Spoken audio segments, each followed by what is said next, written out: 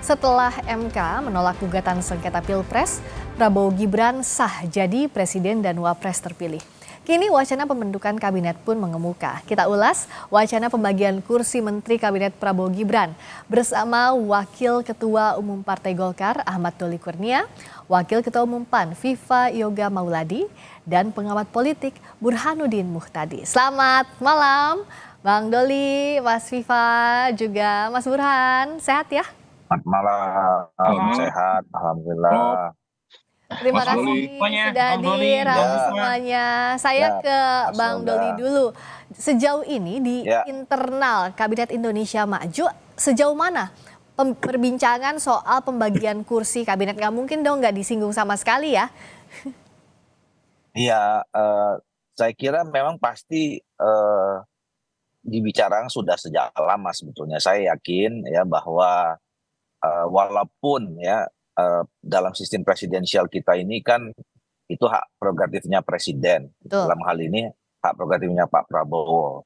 Tetapi karena memang pencalonan kita beberapa kali itu harus diusung oleh koalisi partai politik, tentu saya kira juga nanti presiden terpilih itu akan berkomunikasi dengan partai-partai politik pengusung ya. Nah, kalau kami di Golkar itu sudah mempercayakan penuh kepada ketua umum kami Pak Erlangga untuk bisa mengkomunikasikan itu dengan Pak Prabowo. Dan saya kira dulu pada saat kita membentuk koalisi Indonesia Maju sebenarnya mungkin ya sudah ada pembicaraan juga sebenarnya. Nah, dengan diputuskannya kemarin oleh Mahkamah Konstitusi, ya walaupun waktunya kan masih cukup panjang ya, mungkin sekitar 5 bulanan lagi gitu sampai kita menuju pada pelantikan presiden. Saya kira dengan adanya keputusan MK yang insya Allah besok saya dapat informasi akan ada penetapan di KPU, ya pembicaranya pasti akan lebih intensif gitu. Sejauh ini kalau Golkar propose berapa? Sudah sampai ke sana belum? Berapa kira-kira? Belum. Jadi saya juga sekaligus memberikan penjelasan ya. Selama ini kan muncul angka 5 gitu ya.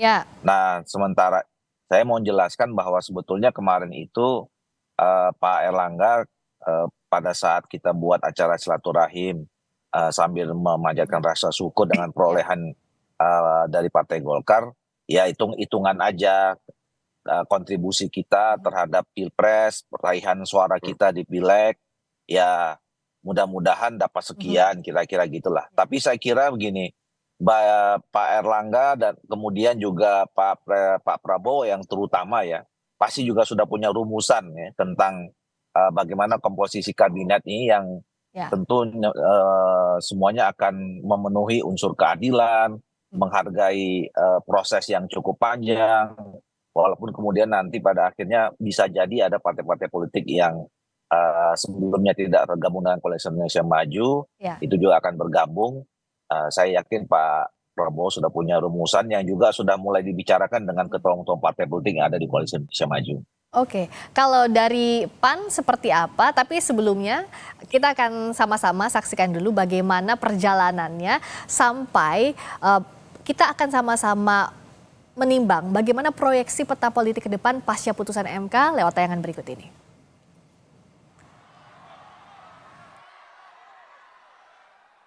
Pasangan Prabowo Subianto dan Gibran Rakabuming Raka akan ditetapkan menjadi Presiden dan Wakil Presiden terpilih besok Rabu 24 April 2024. Namun Koalisi Indonesia Maju belum membicarakan kursi menteri di Kabinet Pemerintahan mendatang. Sekjen Partai Gerindra Ahmad Muzani menyebut menteri yang dipilih harus sejalan dengan visi misi Prabowo Gibran. Gerindra pun sempat menekankan bahwa alokasi menteri bukan berbasis suara parpol melainkan kompetensi.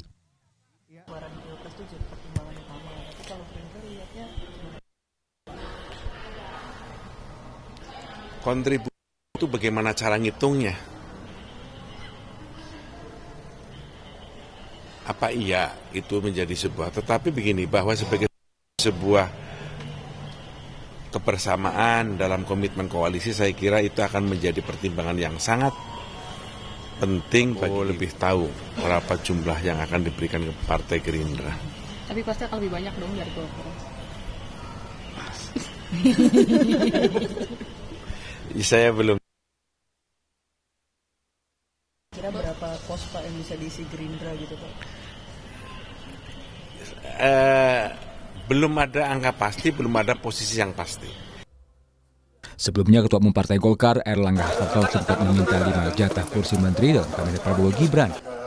Menurut Erlangga, Partai Golkar punya kontribusi besar dalam kemenangan Prabowo. Dan saya sampaikan ke Pak Prabowo, kontribusi Golkar ke Pak Prabowo, karena kita 15 dari 58%, maka kita kontribusi 25%, Pak Bu. Jadi kalau 25%, kalau bagi-bagi ya banyak-banyak sedikit boleh lah. Kalau yang kita sebut 5 itu minimalis. Tapi kalau dihitung proporsinya 25%, room masih banyak. Sementara Partai Demokrat memastikan Ketua Umum Partai Demokrat Agus Harimurti Yudhoyono atau AHY siap ditugasi mengisi kabinet Prabowo Gibran. Kepala Badan Komunikasi Strategis Partai Demokrat Herzaki Mahendra Putra bilang AHY siap pada posisi apapun. Ke-8 Pak Prabowo Subianto memang sudah meminta kepada Mas AHY untuk menyiapkan kader-kader terbaik Partai Demokrat untuk membantu beliau mengisi pos-pos di kabinet agar bagaimana pembangunan ke depan 2024 sampai dengan 2029 gitu. Ya kalau bicara kader terbaik Partai Demokrat siapa? Ya nomor 1 tentu Mas AHY, Ketua Umum kami. Beliau telah membuktikan kapasitas dan kapabilitasnya dalam memimpin partai ini. Ya, setelah jejak rekam beliau yang cemerlang di militer dan di pemerintah di pendidikan sebelum-sebelumnya. Lalu bagaimana di Partai Demokrat selama 4 tahun terakhir beliau bisa membuat partai ini menjadi sangat solid. Leadership, manajerialnya, bagaimana beliau belajar dengan cepat di Kementerian ATR BPN ini. Ya kan? Dan banyak terobosan-terobosan yang sudah diakui oleh publik juga gitu. Berbeda dengan Partai Golkar dan Demokrat, Ketua Umum Partai Amanat Nasional Zulkifli Hasan menyebut urusan kabinet merupakan hak prerogatif Presiden. Tapi soal kabinet itu haknya Presiden terpilih, hak prerogatif beliau, terserah kepada beliau. Kalau kader-kader PAN banyak, yang hebat-hebat banyak, di sini banyak hebat-hebat. Dari laman KPU yang diolah Litbang Kompas, perkiraan jumlah kursi DPR 2024 hingga 2029, parpol pendukung Prabowo Gibran antara lain Partai Golkar mendapatkan 102 kursi, Partai Gerindra 86 kursi, Partai Demokrat 44 kursi, dan PAN mendapatkan 48 kursi. Sedangkan parpol pendukung Anies Mohaimin antara lain PKB mendapatkan 68 kursi, Partai Nasdem 69 kursi, dan PKS mendapatkan 52 kursi. Sementara Ganjar Mahfud dari PDIP mendapatkan 110 kursi. Selain soal kursi menteri di kabinet, Gerindra saat ini masih berupaya merangkul lawan politik di Pilpres 2024. Pertemuan Prabowo dan Megawati jadi yang dinanti usai putusan MK. Tim Liputan Kompas TV. Tadi di awal sudah diulas sama Bang Doli. Sekarang saya ke Mas Viva. Kalau dari PAN apa tawarannya? Tadi kan kalau dari Pak Erlangga di tayangannya kita lihat bahwa ya 5 itu minimalis lah. Itu kan gambaran garis besar aja bahwa ada kontribusi besar Golkar dalam kemenangan Prabowo Gibran. Kalau dari PAN seperti apa sih tawarannya? PAN mengucapkan syukur alhamdulillah pemilu presiden sudah selesai dengan keputusan Mahkamah Konstitusi. Sudah final dan mengikat, sudah tutup buku, kita akan membuka lembaran baru. Partai Amanat Nasional dan Gerindra itu bukan hanya kawan strategis, tapi kawan yang paling setia. Jadi soal berapa jumlah sesuai dengan arahan dari Ketua Umum Bang Zulkifli Hasan, itu kita serahkan kepada Pak Prabowo sebagai Presiden terpilih yang memiliki hak prerogatif. Jadi kita akan tetap untuk membantu pemerintahan ke depan dan kita akan terus untuk berjuang bersama dengan partai-partai pendukung Pak Prabowo, Koalisi Indonesia Maju. Syukur-syukur apabila nanti ada partai politik dari paslon 01 dan 03 yang mau bergabung dalam rangka untuk memperkuat posisi politik di parlemen, di DPR. Karena itu menjadi bagian penting dalam proses untuk peningkatan kekuatan politik di DPR agar ada stabilisasi politik untuk meningkatkan pertumbuhan ekonomi dan program-program pemerintah bisa berjalan dengan efektif, dengan sesuai dengan target dan sesuai dengan harapan masyarakat Indonesia. Tapi sudah ada belum, Mas Viva, bergaining tipis lah begitu ke Pak Prabowo sebagai pemegang hak prerogatif, berapa kira-kira PAN layak dapat kursi? Soal layak tidaknya kami tidak berhitung karena kami memang betul-betul perjuangan dari awal dengan Pak Prabowo itu karena persamaan kesadaran ideologis dan persamaan visi misi serta program yang diperjuangkan oleh Koalisi Indonesia Maju di bawah kepemimpinan Pak Prabowo dan Mas Gibran itu betul-betul sesuai dengan visi misi PAN. Jadi dengan adanya kondisi seperti ini, saya yakin di Koalisi Indonesia Maju tidak ada keributan soal posisi dan komposisi di kabinet. Kami enjoy saja, Mas Doli juga enjoy saja. Jadi proses seperti itu ya kita serahkanlah sepenuhnya kepada Presiden terpilih. Sudah makan asam garam pasti PAN maupun Golkar. Saya ke Mas Burhan. Namanya lobby nggak mungkin ya di panggung depan seperti saat ini. Tapi seenggaknya kalau bicara soal tadi, setiap parpol pasti sudah ada hitungannya. Kontribusinya sebesar apa. Tadi PAN juga bilang sebagai kawan setia. Tapi Gerindra bilang jangan berdasarkan jumlah perolehan kursi. Nah itu bagaimana untuk mengkonversi itu ke kursi menteri atau benefit di pemerintahan Prabowo Gibran yang akan didapatkan masing-masing parpol, Mas Burhan? Ya, tentu saja di panggung depan partai-partai yang mendukung Pak Prabowo Gibran tidak akan menyampaikan secara terbuka terkait dengan komunikasi masalah power sharing. Karena itu rumusan yang didiskusikan di panggung belakang. Ya. Di panggung depan semua partai akan membicarakan bahwa ini adalah hak prerogatif presiden. Tetapi di panggung belakang saya tidak yakin omongan normatif seperti itu muncul. Karena di panggung belakang itu power sharing akan didiskusikan secara terbuka yang bersifat win-win.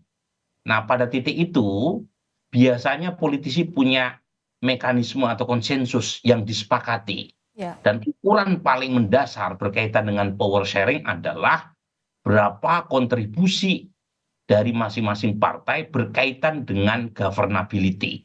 Governability di sini terutama berkaitan dengan kesuksesan pemerintahan.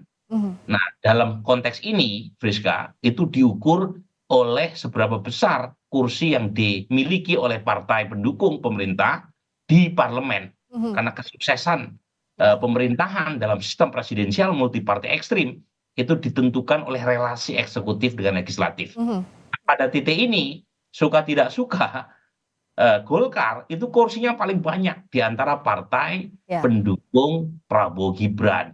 Jadi semakin besar kursi yang dimiliki oleh suatu partai, itu power sharingnya proporsional. Itu yang pertama. Tentu ada variabel lain yang diukur, ya, entah itu chemistry atau mungkin juga variabel yang tidak semata-mata didasarkan pada keanggotaan partai. Kan ada juga jalur menteri yang di-endorse oleh partai, tetapi menteri yang bersangkutan itu bukan kader partai yang bersangkutan, tetapi kader profesional, tapi di-endorse oleh partai. Kan ada juga jalur semacam itu. Nah, saya ke Bung Doli, karena berikutnya soal power sharing ini yang saat ini dibahas, apakah akan mengajak sebanyak-banyaknya parpol yang sebelumnya tidak satu kubu dengan 02, artinya parpol-parpol pendukung 01 dan 03. Artinya kan ini bicara power sharing akan bisa menggerus kemungkinan perolehan kursi di menteri misalnya yang akan didapatkan Golkar, PAN, dan kawan-kawan yang ada di Koalisi Indonesia Maju. Gimana Bang Doli? Iya, saya kira dua hal ya yang perlu dijelaskan. Bang Doli? Berkaitan dengan soal itu. Pertama saya kira mengatakan bahwa urusan pilpres, babak pemilu sudah selesai, ya. Kemudian kita memasuki babak baru untuk menghadapi tantangan yang begitu besar periode 5 tahun ke depan dan 10 tahun yang akan datang, ya. Tentu kita membutuhkan soliditas, ya, persatuan kesatuan. Ini juga narasi yang selalu disampaikan oleh Pak Prabowo. Gitu. Nah, oleh karena itu komunikasi politik itu penting. Jadi artinya bagaimana kita menata kembali, membangun kembali, ya, masalah komunikasi antar kita yang selama ini berkompetisi itu penting. Nah, bahwa kemudian hasil komunikasi itu nanti ada yang kemudian bersedia masuk dalam pemerintahan atau juga kemudian menyatakan diri dalam luar pemerintahan, itu nggak jadi soal. Nah, jadi itu tergantung kembali kepada partai politik masing-masing, ya, terutama yang 01 dan 03. Ya. Selama kalau kemudian mereka mengatakan bahwa mereka lebih baik ya berada di luar pemerintahan, saya kira nggak ada masalah, itu sama mulianya. Karena itu pasti juga berdasarkan bagaimana kita sama-sama mensukseskan membangun bangsa Indonesia ini ke depan minimal 5 tahun gitu ya. Nah jadi, bahwa kalau nanti kemudian ada yang bergabung dalam pemerintahan, ya, dan kemudian juga bisa jadi ya mungkin ada komitmen-komitmen yang untuk bergabung dalam pemerintahan itu, ya buat kita nggak ada masalah ya. Saya kira tadi itu yang saya katakan, kembali kepada Pak Prabowo sebagai pemegang hak prerogatif, dan saya kira Pak Prabowo paham betul, punya pengalaman dengan pilpres sebelum presiden sebelumnya. Saya kira juga nanti akan ketemu formulasi yang paling tepat ya, yang adil, yang fair, kemudian win-win tadi ya bagi semua orang yang akan terlibat dalam pemerintahan yang akan datang. Oke, kalau dari PAN catatan, meskipun ini hak prerogatif presiden terpilih iya, tapi fairness dalam power sharing ini apa sih kalau yang diharapkan dari PAN? Power sharing itu memang sesuatu yang tidak bisa dihindarkan, tetapi power sharing itu harus berasaskan kepada prinsip-prinsip dasar dalam pembentukan kabinet, yaitu pembentukan kabinet yang ahli, yang jagen kabinet, yang betul-betul diisi oleh figur-figur profesional, baik itu figur profesional yang berasal dari partai politik atau yang berasal dari luar partai politik. Intinya adalah seorang menteri yang ada di kabinet yang mampu menerjemahkan visi misi dari presiden dan wakil presiden, yang itu sudah tertuang di dalam visi misi waktu debat kemarin di KPU, dan sekarang setelah kampanye, setelah menang, itu akan kita realisasikan, karena itu adalah menjadi bagian dari pertanggungjawaban politik bagi Koalisi Indonesia Maju, dan tentunya ini akan harus mendapatkan dukungan dari masyarakat juga, agar dalam proses untuk maju ke depan selama 5 tahun, selama 10 tahun ini betul-betul mendapatkan proses penguatan dari rakyat dalam rangka apa? Agar visi misi presiden bisa tercapai sesuai dengan target. Oke, last but not least untuk Mas Burhan, power sharing ini kan hal bisa jadi sensitif. Sebelumnya sama-sama berjuang, lalu bagaimana menjaga kekompakan di dalam Koalisi Indonesia Maju satu. Berikutnya kalau ada kawan baru yang datang, apa yang Mas Burhan catat? Betul, ini tricky ya terkait dengan power sharing. Dan power sharing dalam konteks pembentukan koalisi di Indonesia itu juga tidak semata-mata dengan partai politik. Jadi studi Markus Mister menunjukkan pembentukan kabinet pasca reformasi itu juga ditentukan oleh non-party actors selain partai politik. Misalnya representasi TNI, representasi polisi, representasi agama, termasuk juga representasi oligarki.